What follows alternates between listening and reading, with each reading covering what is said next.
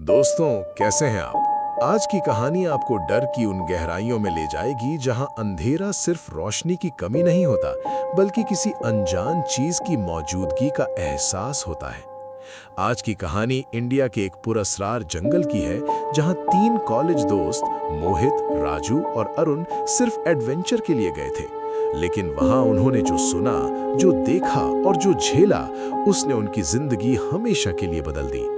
कहते हैं कुछ जंगल सिर्फ पेड़ों और जानवरों के लिए नहीं होते, कुछ जगहें अपनी यादें संभाल कर रखती हैं और कुछ जगहें उन लोगों को कभी वापस नहीं आने देती जो उनके राज को छेड़ देते हैं। तो टाइम जाया किए बगैर चलते हैं अपनी आज की कहानी की तरफ। समर वेकेशंस चल रही थी। मोहित सबसे एडवेंचरस था, राजू मजाक पसंद और थोड़ा केयरलेस था, अरुण तीनों में सबसे सेंसिबल और थोड़ा स्पिरिचुअल नेचर का था। तीनों ने डिसाइड किया कि इस दफा हिल स्टेशन या सिटी ट्रिप की बजाय किसी रिमोट फॉरेस्ट का एक्सपीरियंस लिया जाए। इंटरनेट पर सर्च करते करते उन्हें मध्य प्रदेश के एक घने जंगल के करीब एक पुरानी लकड़ी की हट मिली जो टूरिस्ट्स को रेंट पर दी जाती थी। लोकल केयरटेकर ने फोन पर सिर्फ इतना कहा, रात को अगर बच्ची की हंसी सुनाई दे तो जवाब मत देना। तीनों हंस पड़े, उन्हें लगा ये सिर्फ मार्केटिंग स्टंट है। अगले दिन वो अपनी कार में निकल पड़े। जैसे जैसे शहर की रोशनी पीछे छूटती गई, वैसे वैसे जंगल का सन्नाटा उनके करीब आता गया। शाम तक वो हट तक पहुंच गए। हट पुरानी थी, चारों तरफ घने पेड़ और आसपास कई किलोमीटर तक कोई और इंसानी आबादी नहीं थी। रात के लिए उन्होंने स्नैक्स, टॉर्च और पावर बैंक रेडी किया, लेकिन अंधेरा गहरा होता गया। मोबाइल सिग्नल्स एक लाइन पर आ गए। हवा में अजीब सी ठंडक थी। अरुण ने मजाक में कहा, यार ये जगह सच में हॉन्टेड लग रही है। मोहित हंसकर बोला, बस कंटेंट मिलना चाहिए।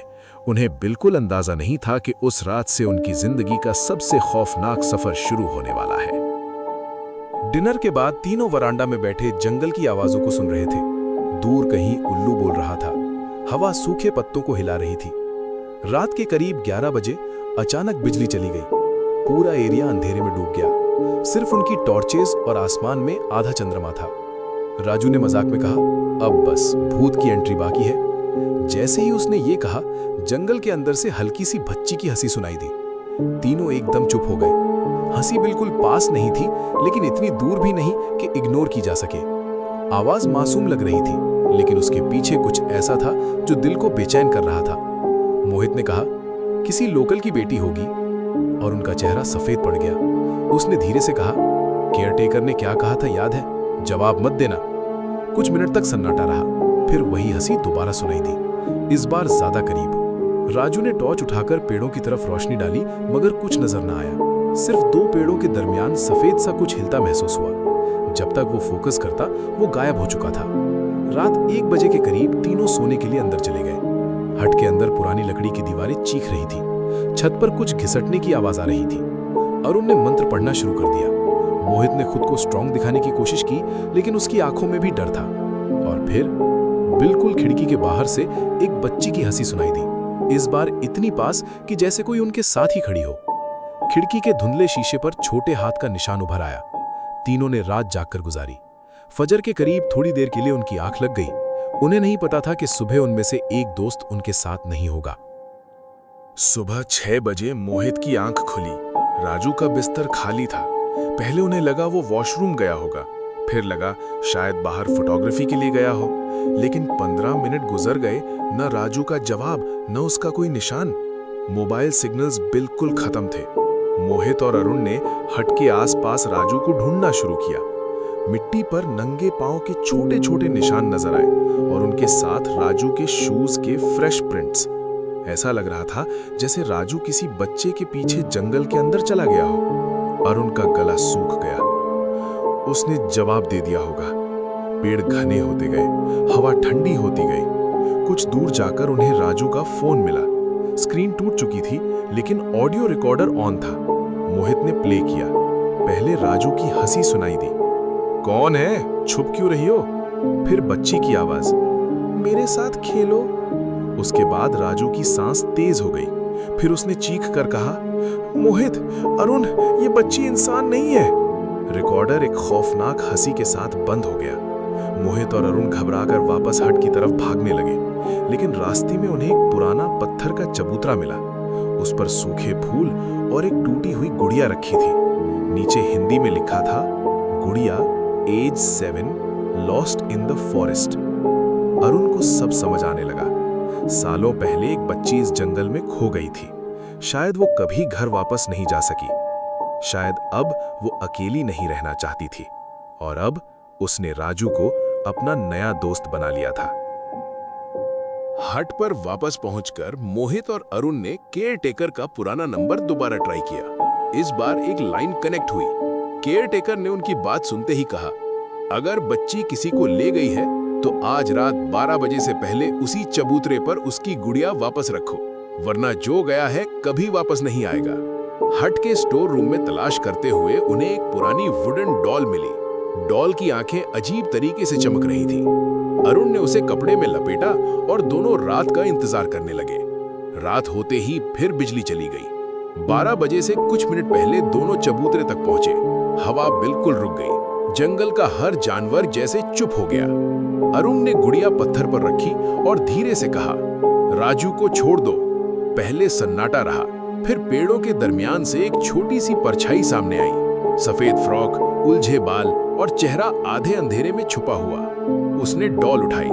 मोहित ने हिम्मत करके कहा, तुम अकेली नहीं हो, लेकिन राजू हमारा दोस्त है। बच्ची ने धीरे से सर उठाया। उसकी आंखें पूरी काली थीं। एक तेज चीख हुई। हवा तूफान बन गई। मोहित और अरुण जमीन पर गिर गए। कुछ सेकंड के लिए उन्हें लगा सब कुछ खत्म हो गया। फिर सब कुछ अचानक शांत हो गया। चबूतरे के पास राजू बेहोश पड़ा था। लेकिन कहानी, मोहित और अरुण ने राजू को उठाया और हट की तरफ भागे। राजू होश में आया तो कांप रहा था। उसने बताया कि उसने रात को खिड़की के बाहर एक छोटी बच्ची देखी थी। वो रो रही थी। जब राजू ने पूछा क्या हुआ तो उसने कहा, मेरे साथ खेलो। राजू जैसे ट्रांस में उसके पीछे चलता गया। जंगल के अंदर उसने देखा कि बच्ची कभी हंसती, कभी रोती, कभी अचानक गायब हो जाती। फिर वो उस चबूतरे के पास रुक गई और बोली, सब मुझे छोड़कर चले गए। राजू ने कहा, हम तुम्हें नहीं छोड़ेंगे। तभी उसका चेहरा बदल गया और वो खौफनाक रूप में सामने आ गई। सुबह होने से पहले तीनों ने अपना सामान उठाया और बिना पीछे देखे वहां से निकल पड़े। जैसे ही उनकी कार जंगल की बाउंड्री से बाहर निकली, मोबाइल सिग्नल्स वापस आ गए। सूरज की रोशनी ने उनके चेहरों पर कुछ सुकून दिया, लेकिन उनकी आंखों का डर अब भी जिंदा था। कुछ हफ्तों बाद मोहित ने इंटरनेट पर सर्च किया। सचमुच एक 7 साल की बच्ची गुड़िया सालों पहले उस जंगल में खो गई थी। रेस्क्यू टीम्स को सिर्फ उसकी डॉल मिली थी। मोहित ने उस रात के बाद कभी पैरानॉर्मल चीजों का मजाक नहीं उड़ाया। राजू को कई महीने तक नींद में बच्ची की हंसी सुनाई देती रही। और अरुण आज भी कहता है कि कुछ रूहें सिर्फ इसलिए डराती हैं क्योंकि वो अब भी किसी अपने का इंतजार कर रही होती हैं। दोस्तों, इस कहानी का सबसे बड़ा सबक ये है कि हर अनजान जगह सिर्फ एडवेंचर का स्पॉट नहीं होती। कुछ जगहों के साथ दर्द, तन्हाई और पुराने राज जुड़े होते हैं। हमें कभी भी लोकल वार्निंग्स का मजाक नहीं बनाना चाहिए। अगर किसी जगह के लोग कोई हिदायत दें तो उसका एहतराम करना चाहिए।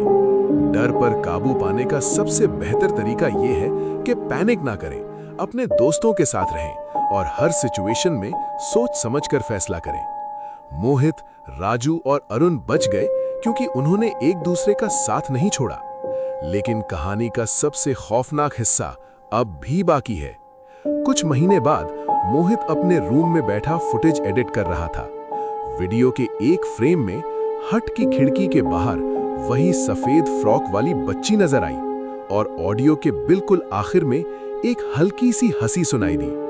उसके बाद मोहित के लैपटॉप पर एक नया फोल्डर खुद ब खुद क्रिएट हुआ।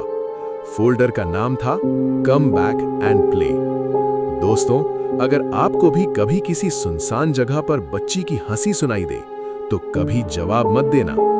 अगर आपको आज की कहानी पसंद आई हो तो मिडनाइट वॉल्ट को लाइक, शेयर, सब्सक्राइब और कमेंट जरूर करें। बेल आइकन को प्रेस करें ताकि हर नई खौफनाक कहानी सबसे पहले आप तक पहुंचे। मिलते हैं आपसे कल एक और डरावनी कहानी के साथ। तब तक अपना बहुत सारा ख्याल रखिए। Good night.